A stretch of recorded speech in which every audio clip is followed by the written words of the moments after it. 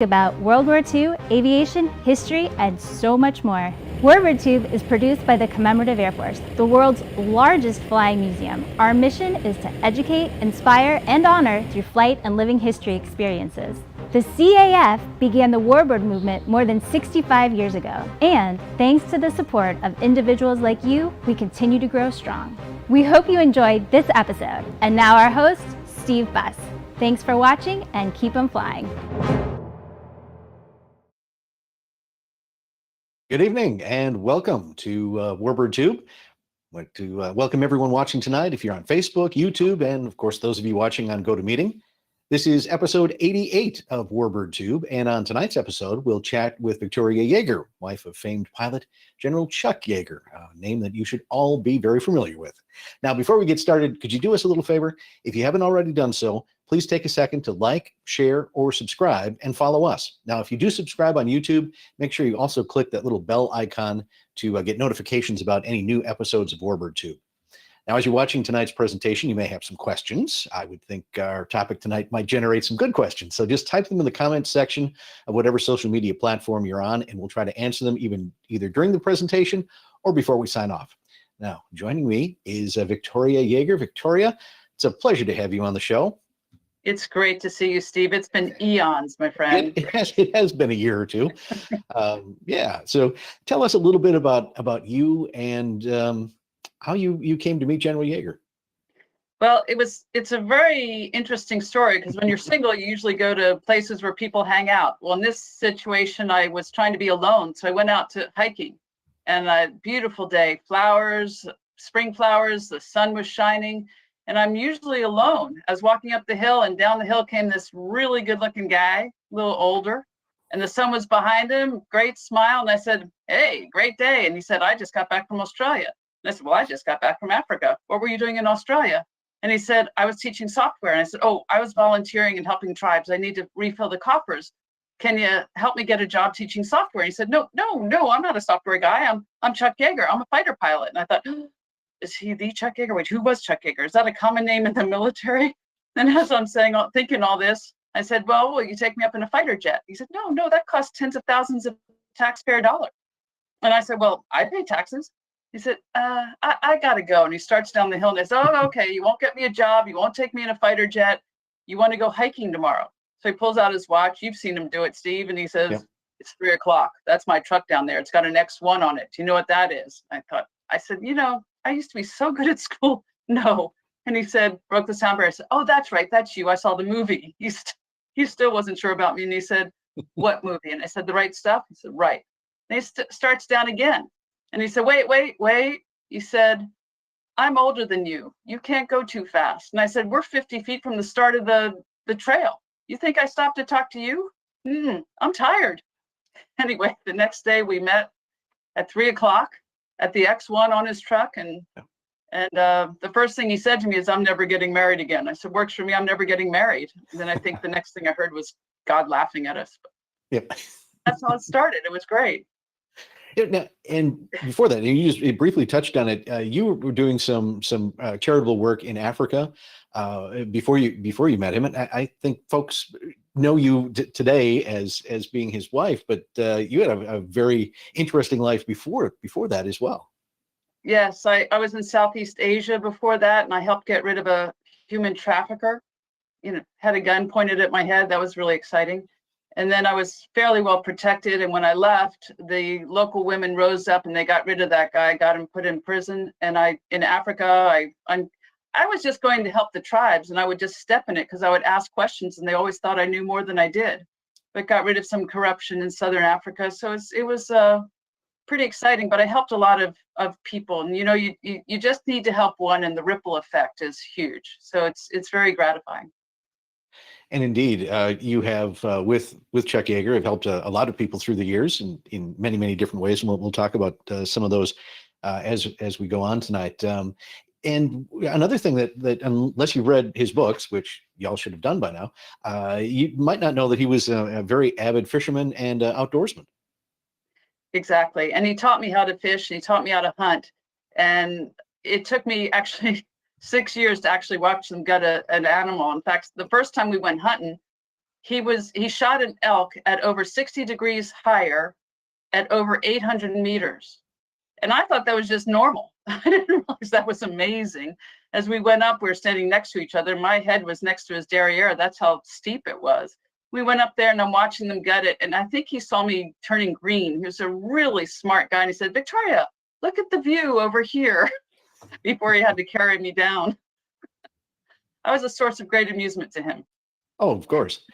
And this is one of the Jaeger-isms in the book, is that he draws a parallel between him spending his time outdoors rather and hiking, hunting, fishing, rather than on the golf course, as some of his contemporaries did. Exactly. His Chuck Yeager-ism, and he always said it, is I'm not old enough to play golf, and I never will be. And a lot of the guys at Edwards, they would go off in their golf carts and play golf, and they had leave. He would go hunting in the hills, and after they retired, they kind of passed away pretty early, and he was alive until almost 98. So I highly recommend that, going in the hills. Also, toward the last, I don't know, 5-6 years or so, we saw him popping up on Twitter and commenting and engaging with folks. So even in his 90s, he was not afraid of learning something new in social media. No, that's what kept him young, Steve. He had this incredible intellectual curiosity. I mean, even at 80, he was getting under trucks and taking a look at how they worked. There was one was a sanitation truck, and he was under there just checking it out. So he had an intellectual curiosity, and he did like engaging with people, and he liked the repartee and enjoyed that a lot. There was the one time when somebody said, who was a better pilot, Eddie Rickenbacker or him? And he said, me. Eddie Rickenbacker is dead. So, just very practical. Indeed. And to answer a question that I'm sure someone's going to ask, those were actually his comments coming out on Twitter. Someone wasn't writing those for him, correct? No, correct. So you're getting the unfiltered Chuck Yeager. Yes. Looking at a picture now of him in World War II, and of course that's where his story in the military kind of picks up. And you mentioned his eyesight, and that was one of the things that he had credited with being able to shoot down enemy aircraft, is that he could pretty much see them before they could see him. Yes, Steve, also what he would do is exercise his eyes. Yes, he had probably 27 vision. Yeah. But what he would do is he would look out 50 miles on the ground, bring his eyes up to the air, and then let his focal point come all the way back to 20 feet, which is about normal for everyone. And in that way, he could spy whether there was a bandit or a bogey better than any of the other guys. Now, I also want to call your attention on this photo. His crew chief has a cigarette right near the airplane. You wouldn't allow that today in a million years. Right there. A little dangerous. Just a bit. Right near the bomb, in fact. Yeah. Yeah. Or drop tanks. I don't know. Yeah. No high octane aviation fuel in that drop tank at all, right? There you go. And those drop tanks were made out of paper mache. I don't know if you knew that, because we didn't want to give them any metals. That's right. One of the questions that just popped in, did the general ever think about political aspirations, running for president, governor, mayor? One of the Chuck Yeager-isms is, don't talk politics, you're giving me indigestion. So when he was a kid, he saw that people in Hamlin, where he grew up, would give $2 and some whiskey to buy votes. And then as he grew up, in Maxwell Air Force Base had a cell there, and all it said over it was Governor of West Virginia. And after he retired, they wanted him to run for president, governor, anything, senator, and he always had a 95% approval rating against the other guy. And he said he had a 7-letter, 2-syllable word that begins with B that was a definite no. The book that we're talking about is 101 Jaeger-isms, and I guess we sort of dove into his stories because there are so many. But what was the impetus for compiling all of these phrases and experiences into one place? Well, honestly, along the way, I thought, oh my gosh, this would be great to put it down. But really, last Christmas, there was a storm, you couldn't go out.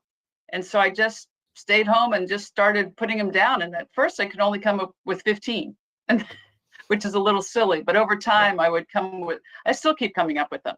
But I did take out the ones that really dealt with Chuck and me, because I'm doing a second book that's really our lives together. So there'll be more. Awesome. And going back to political, he actually, as long as we're on that topic, was helped campaign with President Bush. He did. So In fact, got a picture what here happened somewhere. was he had flown from California to Washington, and his flight was delayed. There was a gal there waiting for him. This was 1987, I think. There was a gal there waiting for him, and she was 9 months, maybe 10 months pregnant. She really was about to pop. And she said, "Could I just ask a couple of questions?" And he said, "In your condition, and you waited all that time, you can take all the time you want." And so the second page of the Washington Post was all about Chuck Yeager, and Daddy Bush. We call President George H.W. Bush affectionately Daddy Bush. When he was vice president, asked if Chuck would come into his office. He said, "How do you get such good press?" And he said, "I don't know, just be nice to the journalists." And so Daddy Bush asked him to campaign with him, and that led to another Chuck YEAGER-ism. Daddy Bush, at one time they were campaigning together. Actually, Chuck would speak and everybody would give a standing ovation and cheering, and Daddy Bush would come up and they'd give a nice little polite clap. And Daddy Bush said, "You're a hard act to follow." But every afternoon, Daddy Bush would take a nap from 5 to 5:30. He said, "Come on, Chuck, we're going to go take a nap. That's what I do every day."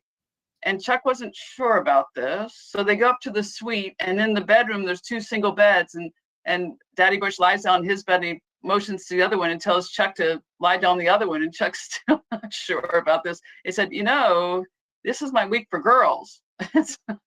But he lay down and I don't think he slept. He kept one eye open on Daddy Bush. Just to be sure. Just to be sure. So as you put these together, it's 101 that are in the book, but there are some bonus ones that go as well. But it covers different phases of his life, starting with World War II, and we'll back up to there. There we go. What was one of your favorite ones of World War II era? Goodness, this is an open book test, right? You bet. I've got one here too. Okay.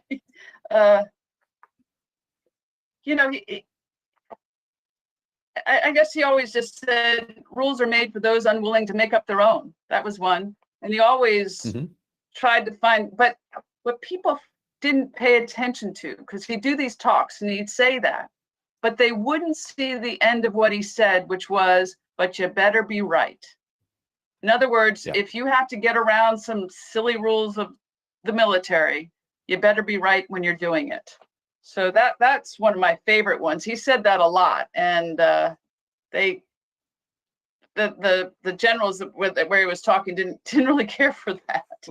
So let me just go with another thing you would tell people is there ain't nothing that hasn't been done before with an airplane, including a smoking hole in the ground.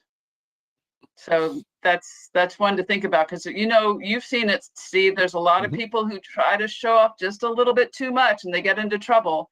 And they also said, "Oh, I wish I had been a fighter pilot." Carroll Shelby, a well-known race car driver, and also the Shelby Mustang, he said that to Chuck because he was also in the Flying Sergeant program.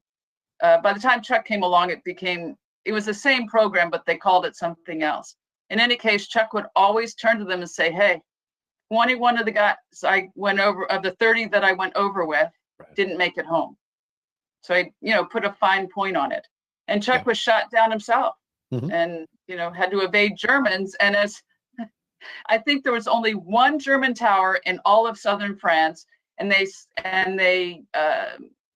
could see a bird's eye view of Chuck's plane coming down and him parachuting out.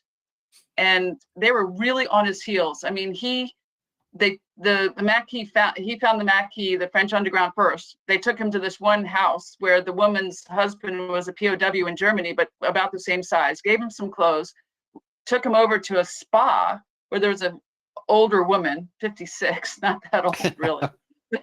But she was on the second floor. She was the manager, and she's on the second floor in her bed, and they take him up to her, and she says, "Are you married?" He said, "No." She said, "Aha, you've got a ring on. Well, that was his high school ring, and it was on his right hand, where in Europe, they wear their wedding rings on the right. And she was Russian, so she spoke Russian, French, and English. And she was trying to see if he was a spy or not. Well, the Germans were at the bottom of the stairs, and she said, get under the bed. Well, he wasn't sure about that. He liked to have his own egress systems, but he got under the bed, and the Germans came up, and she feigned being sick, and that was before penicillin. So she said, what are you doing here? And they all backed out. Sorry, man, sorry. And they left. But Chuck would tell you, ain't a German in the world can catch a West Virginian in the woods. And that's true. I mean, he evaded them pretty well. And of course, one of the other famous quotes is when we were talking about toward the end of the war, when he said, the very first jet I saw, I shot down. Right. First time I saw a jet, I shot it down. Now, thanks, Steve. The first time you saw a jet, what did you do? I just went, wow, right? I pointed at it. But he was chasing 3, and he got some shots off and got some hits on them, but they just took off. He was in the propeller plane, as you know, the P-51 Mustang. But then as he was chasing, he saw one that was on final for landing. So it had its gear down and its flaps down. And as Chuck would say, unsportsmanlike, but what the hell? And so he went and he shot that down. But his only egress was down the runway. So he goes down the runway as low as he can and stay safe. And the Germans are shooting at him, and it's going over his canopy, and he was ducking, and they were hitting themselves on the other side. So then he just went as far down as he could and straight up and took off. And people said to him, why don't you take another pass at them and drop some, shoot at them, drop some bombs, something. He said, never make a second pass. Right. Because usually it's the last of the bombers, of the box of bombers, the Germans figure out that they're there. And so it's the last of them when they get shot down. Right. Yeah. Sage advice, as always. Yes. Following World War II, of course, and if his career just would have been as a fighter ace in World War II would have been one for the history books. But now a couple of years later, he decides, he did decide, but he was in a position to be there on the cutting edge of technology as the first person to fly faster than the speed of sound.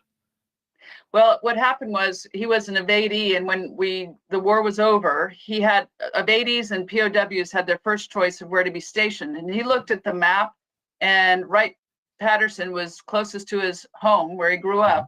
And so he picked there. He went and got Glennis, brought her back to Hamlin. They found a house and they got married, found a house, and then he would fly back and forth to Wright-Pat.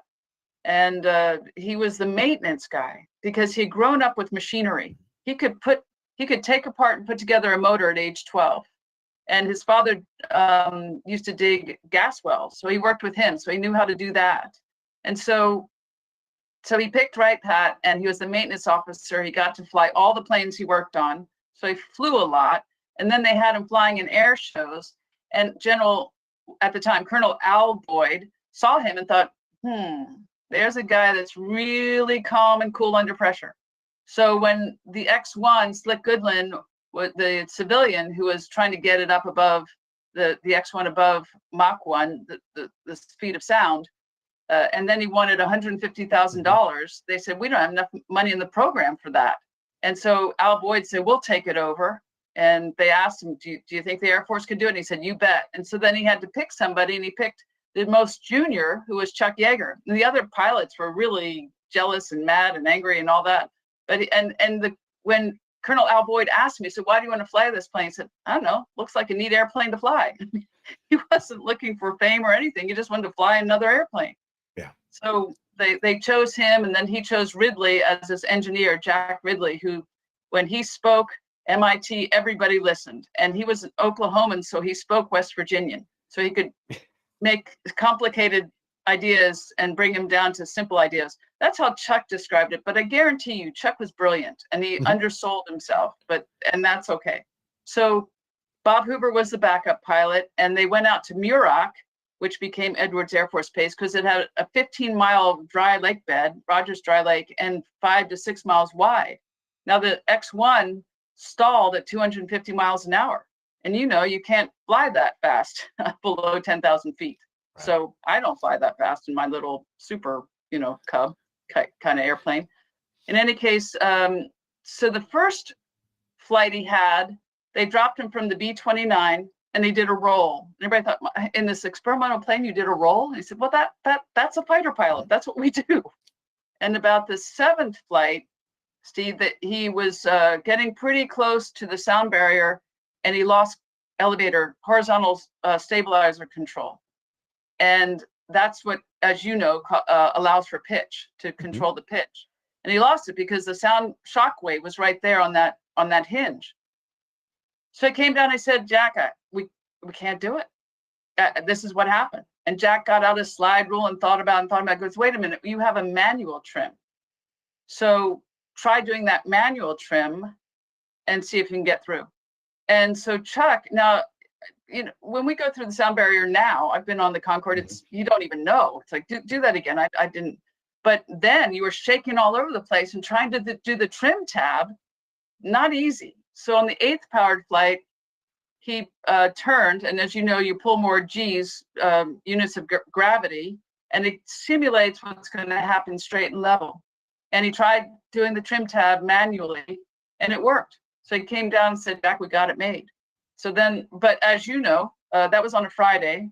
On the Sunday, he went to dinner with Glennis, and then they went horseback riding. They decided to race back, but somebody closed the gate. I think it might have been Bob Hoover, but I'm kind of kidding. And so when he came back, his horse pulled about 5 G's and he flipped over the gate. And the next morning he was hurting so bad he didn't go to the flight doc. He went to the vet, the local vet, and he had broken some ribs. And the vet, in those days, they wrapped you up. And he said, and don't do nothing strenuous. He went out to Edwards and he couldn't, because it was his right side and the door from the X1 came down on the right side. He went to Ridley and said, I'm not sure how I'm going to do this. So Ridley gave him this broomstick, but sawed off the part of a broomstick, and so he could do leverage and close it. Because when he got down in the X1, Ridley would hand down the door, and then he'd have to pull it in. And so he then took off, and it was classified. So he just said, this Mach meter is screwy. And that's how Jack knew that he had broken the sound barrier. Yeah, that was one of the things I learned in the book. I didn't realize that was code for having gone faster than the speed of sound. Was that, yeah, this Mach meter is screwy, which right. When you think about it is okay, but yeah, they were. I mean, it was not only top secret, but they were trying to outdo the Navy at the same time. So they didn't want anything getting out until they were ready. Right. Yeah. That's a great picture. And as you know, he named all his planes after Glennis. And so he wanted to put Glamorous Glennis on the X1, and they said, oh no, can't do that. And he said, then get another pilot. He was serious, and they acquiesced, and they put Glennis's name on there. And she was glamorous. You've seen pictures of her. She was glamorous. And here's a good one. Now, this is not Chuck's doing, but it does involve him. Yes, it does. So that's another Chuck YEAGER-ism. Be my guest. There are so many times. I even saw it in my time with him when people would poo-poo what he said. You're poo-pooing what Chuck Yeager said about an airplane? Seriously? Or weather? You're just silly. So he had, and Scott Crossfield, you know, competitive Navy guy, and but at this point he was NASA, and he took over a plane from Chuck, and Chuck said, do you want me to check you out on the systems? And Scotty said, it's got a pilot's handbook, doesn't it? And Chuck said, be my guest. And so Scotty didn't know about the hydraulic systems, so he lost his brakes. So he went up the ramp and took out a couple other F-100s and ended up in the in the wall of the hangar. And so it was said that Chuck said, I have the sound barrier and Scotty has the wall barrier, the hangar wall barrier. It's funny. Which leads me to probably one of my favorites in the book, and this involves Neil Armstrong. And it says, you may touch, but you ain't gonna go. Right. You may touch. Yeah, that was so Neil wanted to go practice landing on a dry lake beds, Scott's flat lake bed, and Chuck knew all those lake beds, but like the back of his hand, and he had just been up there and said, no, it's too wet. It's not going to work. And so Paul Bickle, who was head of NASA, said, would you please go up with him? He said, no, no, no. And he said, as a favor to me. And Chuck said, as long as I'm not responsible, okay, I'll go. And so Chuck was in the back seat and Neil was in the front seat. And Neil promised Chuck he wasn't going to land. So, okay. So they go up there and Neil, they're flying. And Neil said, I'm just going to do a touch and go.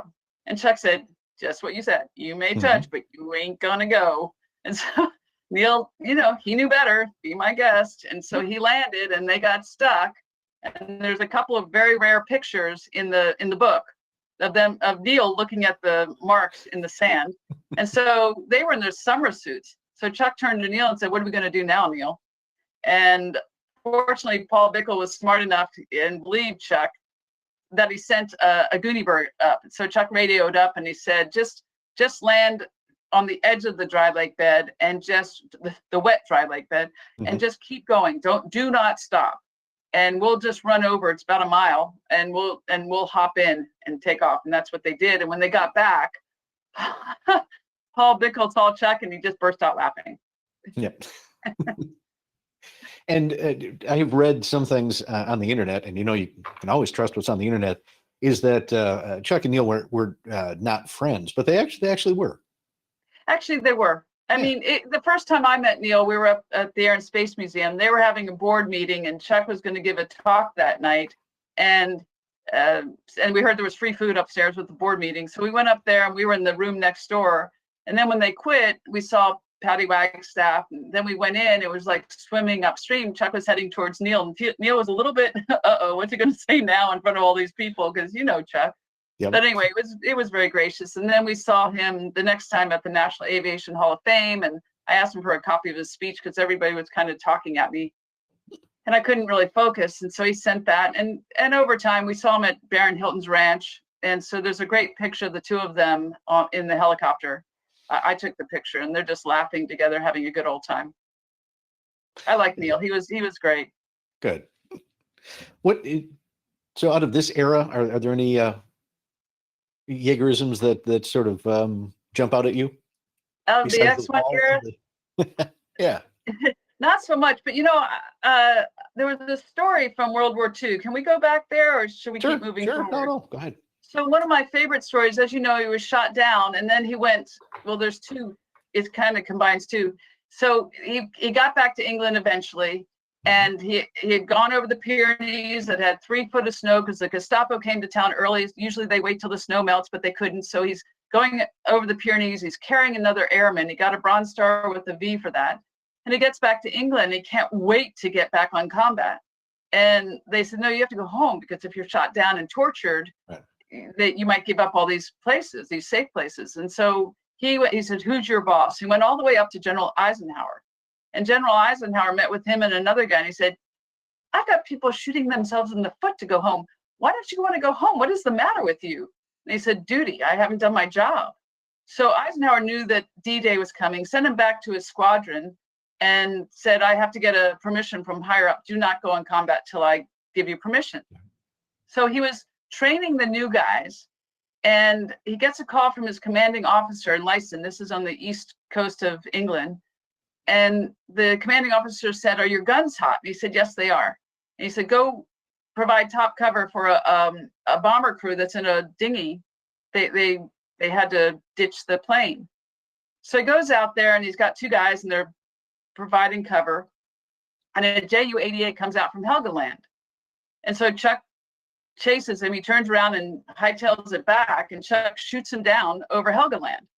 Then they go back, the dinghy guys are rescued. They go back to the air base, and Chuck said, I shot down a Ju-88.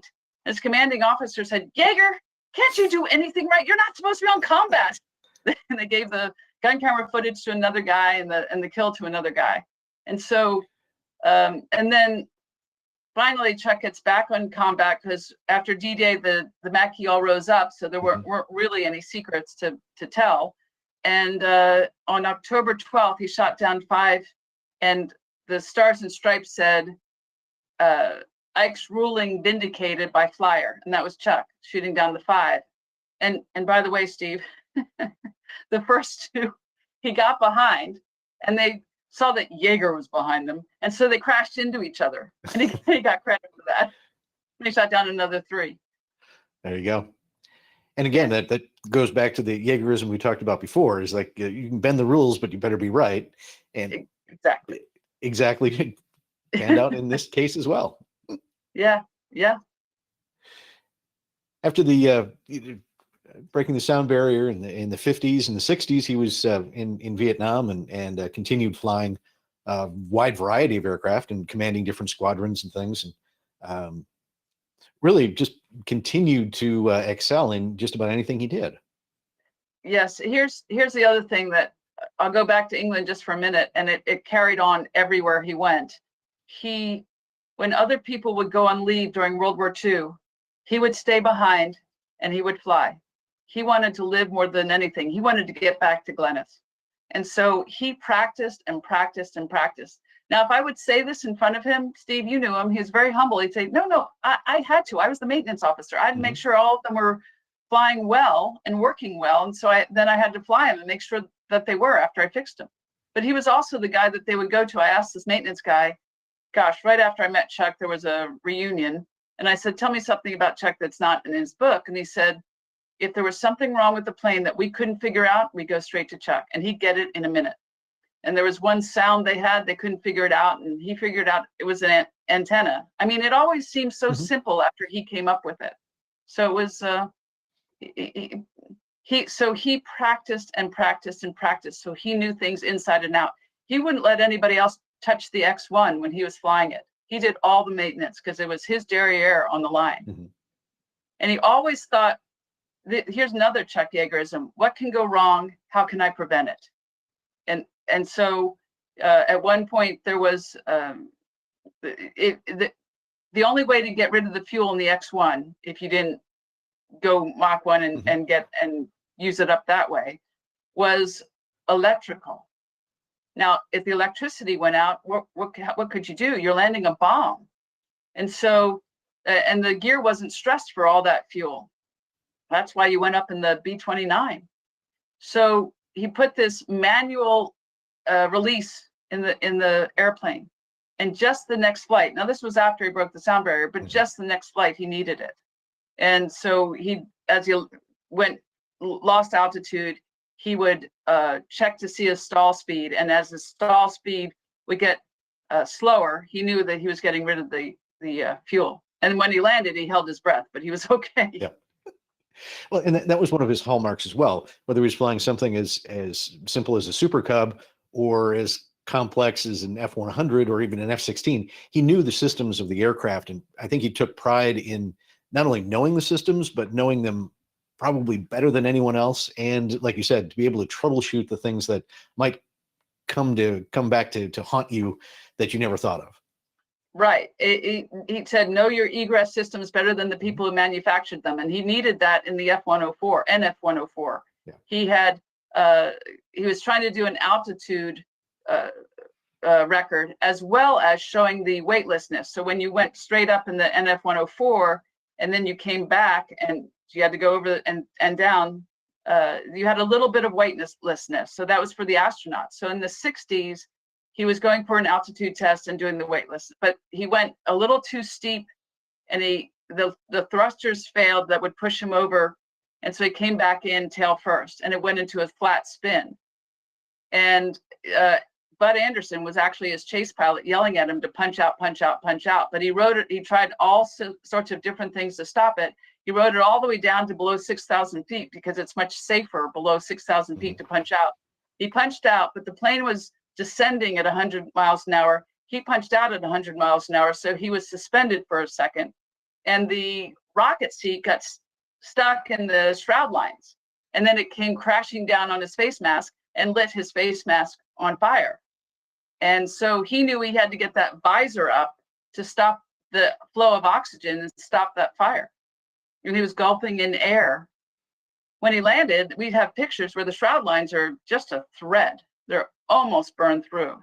But he knew, as I said, he knew to get that visor up and it saved his life.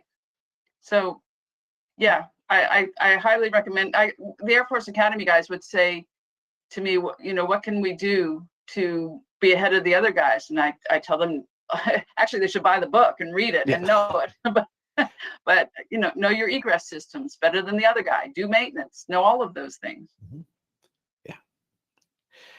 We have one comment that someone's put in, and if you do have a question or a comment, just go ahead and type that into the comment section of whatever social media platform you're on. But one of our viewers commented that General Jaeger was his personal hero and one of the main reasons why he joined the Air Force. And I'm sure there are quite a few Air Force pilots, technicians, maintenance officers who could probably say the same thing. Yes, I hear from a lot of people like that, and I see it a lot on social media, and it really warms my heart. And I'm enlisting all of you, including that commenter, to be part of Team Jaeger and keep his legacy alive. Yeah. And what's the best way to do that? Well, just keep it up in social media, teach young kids, encourage schools to teach about these guys and what they stood for. And I'm sorry, but shamelessly, I'm going back to the book, but that really encapsulates a lot of his character. And so to learn from him and to appreciate that he risked his life almost daily to keep us air superiority, and he protected his guys really well. So there's a lot of leadership skills in there as well. You mentioned air superiority. One of the things that came out in the book was his response to someone asking him about unmanned aerial vehicles or drones going into combat. And right. It was a room of fighter pilots, and I think the answer he gave was not the answer they expected, but the answer is actually a very, very wise answer.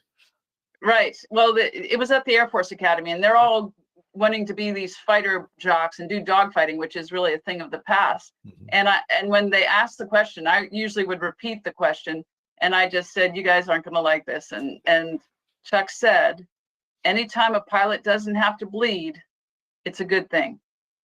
And they're all so disappointed. They were sure he would be saying, "Yes, you need a pilot in there." And then they'd ask him, "What's your favorite airplane?" Which that really kind of got old, but he would start saying, "Depends on the mission." Mm-hmm. Or he'd say, "The one that kills the best with the least exposure to me." They weren't quite expecting such succinct answers, but that's exactly right. Right. Do you have a favorite Jaegerism in the book? I know it's hard to pick from all of them, but yeah, I'm married to all of them. Yes. I don't. There's a lot of them, and I mean, one of them that it was funny. He was on a program that was a minister, mm-hmm. and Reverend Schuler. That's it, from Crystal Cathedral in Irvine, Southern California, and he kept pushing him. Reverend Schuler kept saying, "Weren't you afraid when you were up at 118,000 feet, 104,000 feet?" And Chuck said, "Nah." And he said, "I've been closer to heaven than you have." and he just said, and people would ask him if he would pray when he was in a terrible situation, rolling on all three axes. And he'd say, I don't have time to pray. God can't help me. I got to help myself. You can pray all the way down into a smoking hole. He also said to Reverend Schuler, he said, "I don't buy green bananas. I'm afraid they might not get ripe before I die."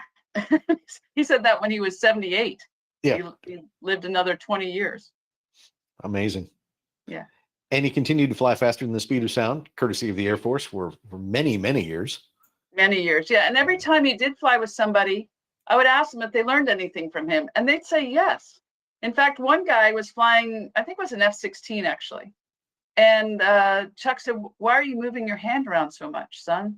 And he said, "I don't know. That's what they taught us." He said, "Give me the controls for a sec," however he said it. And he took the controls, didn't move at all. And the kid, I can call him a kid, I'm old enough. He took the controls back and tried it. He said, "Oh, okay, I can do that." So something as little as that. And the other thing that was interesting is that when I was learning to fly, I would come back and say, "Gee, I learned something every day." I learned a lot in the beginning every day, of course. And he would pick up on that and say, "Yep, if you're not learning something every day, you should quit, because every time you fly, you learn something." Well, which brings up the question of what was it like learning to fly with General Jaeger? I am so lucky because Steve, I had soloed when I was 21. There was an aero club at the University of Virginia. So I was going out every weekend, and then I didn't finish in part because it rained every weekend. So I wasn't as inspired, but also I asked the instructor, how do you get into a spin? How do you get out? And she said, you get into a spin, you die. I was like, okay, then tell me how you get in so I can prevent it. And she wouldn't really tell me. And each successive flight instructor wouldn't really tell me emergency procedures. I wasn't a hot dog. I didn't want to do spins. I just wanted to prevent it. And so then 20 years later, I meet the guy, that's his job, getting in and out of spins. He didn't want me to learn how to fly because, as you know, it's the most dangerous time of flying because the flight instructor isn't sure when to take over or let you make a mistake that won't be dangerous. And so it's very dangerous. So he wasn't sure about that. And the first 4 flight instructors he nixed. He took him behind the woodshed and said, I don't think so. And so finally, the 5th one we figured we could work with. The hours with Chuck didn't count towards the license because he wasn't licensed as a civilian. So, but after he came out for every lesson, even my cross country, he'd wait and I'd ask him questions. And thank goodness he'd answer them because the flight instructor was pretty good, but wasn't quite on top of a few things. In fact, one time I was landing and I was landing a little bit floating and landing a little bit long.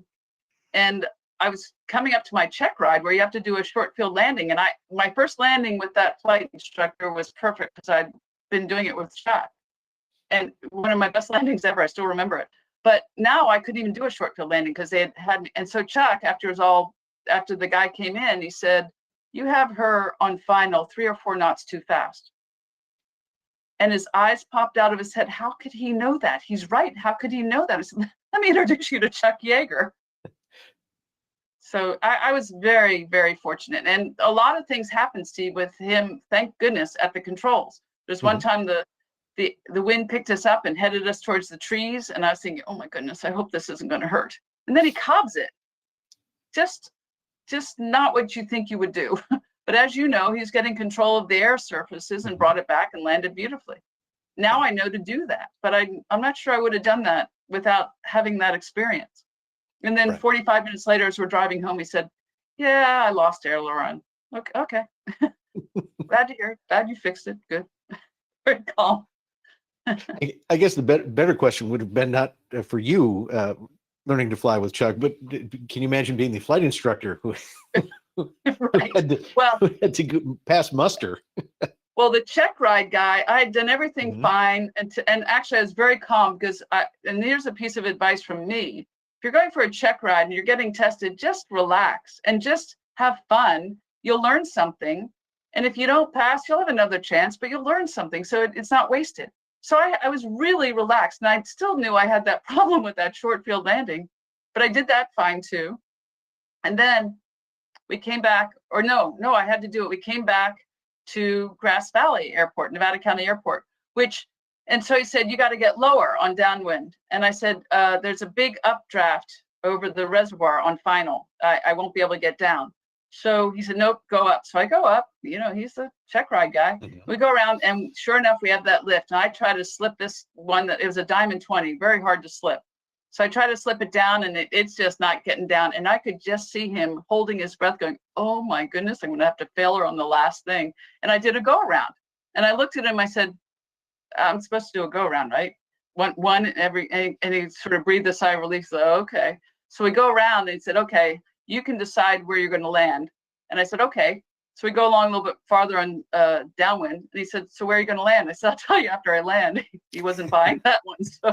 So I said, okay. He said, make it farther down the runway and get higher. I said, remember that updraft over there? Okay, make it down the runway. So we come down and I still had to slip it as best I could. We had a bit of a clunker of a landing, but it was okay. Then we go in and I think he breathed a sigh of relief. He could pass Mrs. Chuck Yeager on her first go. But yes, they were a little bit intimidated by Chuck. Just a little bit. We're looking at his statue, and I think there's a Jaegerism that goes with that as well. Well, yeah, there wasn't a pigeon in Hamlin until they erected a statue of Chuck Yeager. That's what he said. He had a great sense of humor. That was in 1985, I think. Okay. So what do you hope, well, I'm going to go back to that in a sec. What do you hope people take away from when they're reading the book?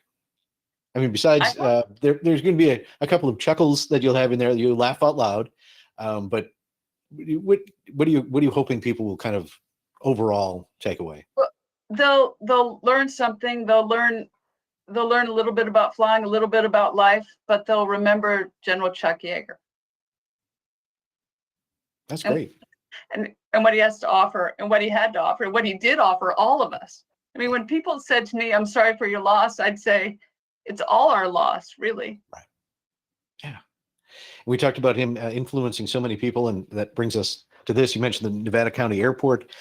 This is he was the chairman of the EAA Young Eagles program for about 8 years, and this is Andrew Grant, who was the 1 millionth Young Eagle, and it was a great day. The original flight was supposed to be December 17th, 2003 at Kitty Hawk, but the weather that day, if you were there that day, you're probably still not dried out. But it was horrible, but we recycled everything and came out to the airport there. And this picture kind of belies, it doesn't tell the truth of the day, because shortly before this, it was cloudy and foggy, and we didn't think we'd get the flight in. The media came out locally, interviewed Chuck and Andrew, and suddenly the clouds broke. It became crystal clear. They took off, did their 1 millionth Young Eagle flight, came back and landed, and the airport got socked in right after that. But right, yeah, and you were there. It was great. Yeah. It was such a great partnership with you and Chuck, getting those million kids flying by December 17th, 2003. And as usual with you and with Chuck, you didn't just stop at 1 million. You got 1.2 million. Right. And there were a lot that weren't actually registered in the very beginning, but you did the mission. And then, as you know, Chuck, he stepped aside because he had accomplished the mission. But the two of you together, what a team! Really great. We had fun, and especially fun was when he would come to AirVenture, to Oshkosh. We always tried to arrange some flights for him for Young Eagles. And I know the first few years we just kind of picked random kids who were at the show and took them up, either in a Ford Trimotor or DC-3, something like that. And it was fine, and we all had a great time. But then we got hooked up with the Make-A-Wish kids who always came to Oshkosh, and you could just tell in his eyes that this was a very special time for him as well, to be able to share his love of aviation with these young people and their families. Yes, and in the Ford Trimotor, which was a really great airplane. And as you know, towards the end of that, Baron Hilton adored Chuck, and that's Paris Hilton's grandfather and Conrad Hilton's son. And so we got enlisted Baron Hilton, who was a photographer in the Navy during World War II in the Pacific in Hawaii. And he would get up and he took pictures of the kids with Chuck in the front. And Chuck told this great story about this one kid who couldn't see. So he had the steering wheel up here, he had the yoke up here. Mm-hmm. And Chuck was like, "Okay, push forward, make it go down." He pushed forward as hard as he could. "Okay, make it come back up." He pulled it back, but he couldn't see at all. It was hilarious the way Chuck described it. Yep. Well, and if you've seen the cockpit of a Ford Trimotor, a steering wheel is the correct term, because it's just a big steering wheel. And the other thing is even with that youngster pushing forward and pulling back, it's so slow to respond. People in the back probably didn't even know. Right. And I normally don't do this, but I'm gonna take a hero shot here, because I got to fly with Chuck Yeager too. That's great. Oh, that's a great shot. Yeah. Well, you took it, so. Oh, good for me. Okay. That was something else, and I'd flown with him in some of the larger aircraft, but in the small, Super Cub kind of airplane that was, we took off, flew over Lake Tahoe, and circled back around, and it was one of the smoothest flights I've ever been on, and absolutely incredible landing. So it was a weekend to remember, that's for sure. That was great fun. Great fun. All right, let's talk a little bit more about the book, and where can folks pick it up? They can pick it up on Amazon.com, or they can email me if they want more than one copy, and I can do some signed ones. And just email me at editor@chuckyeager.com, and we'll work out payment and how many you want. They make great gifts. I mean, it'd be great for Christmas, but I can Yeah. sign them that way. So Awesome. thank you. And what's ahead for you? So next week, October 14th, is the 75th anniversary of breaking the sound barrier. So they're going to be celebrating that at Edwards Air Force Base, where he did it. And on the 13th, we're going to be taking a tour of Poncho Barns, which is kind of in ruins, and the house where he lived with 3 kids. It was about as big as this desk. And that's, and then I go to West Virginia, where he grew up, and I do the governor's one-shot doe hunt, feeds the poor. Chuck did that for 10 years and put it on the map. And so a few things like that. And then the best part, I'll see you again, Steve, in Dallas at the Commemorative Air Force. Right. You can tell more details about that. I know, I'm just going. You'll be at the Wings Over Dallas World War II Air Show. That's the 11th, 12th, and 13th of November, right over Veterans Day weekend. Along with you'll be there along with a number of honored World War II veterans who we are still lucky enough to have with us. We'll be talking to them, talking to you, and we'll throw in a little air show just to top off the weekend with some nice CAF World War II aircraft. Right, and you can get books there, and I'll sign them there. Awesome, too. Good. Yeah. And the new book that you talked about early, when will that be out? Hopefully within a year, probably 6 months. I'm also working on a documentary, Steve, of age birth through World War II. And then hopefully we'll do the rest later. But that's what I'm working on now. Chuck and I were working on that. We met some of the Maquis that took care of him, and we interviewed them.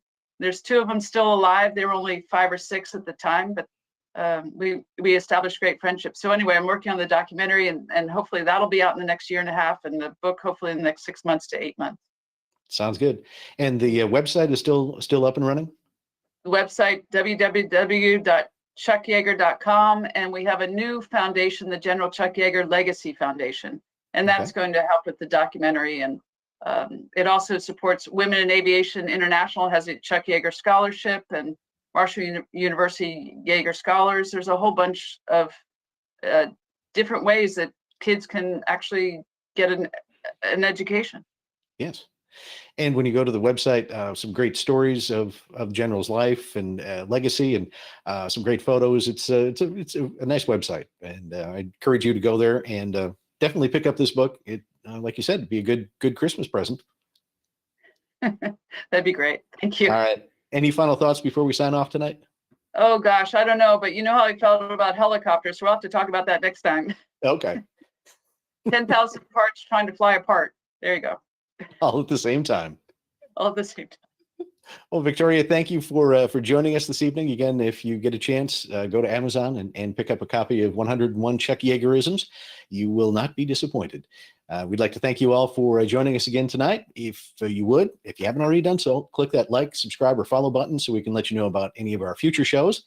As always, if you have ideas for topics you'd like to hear about, send Leah Block an email at media@cafhq.org.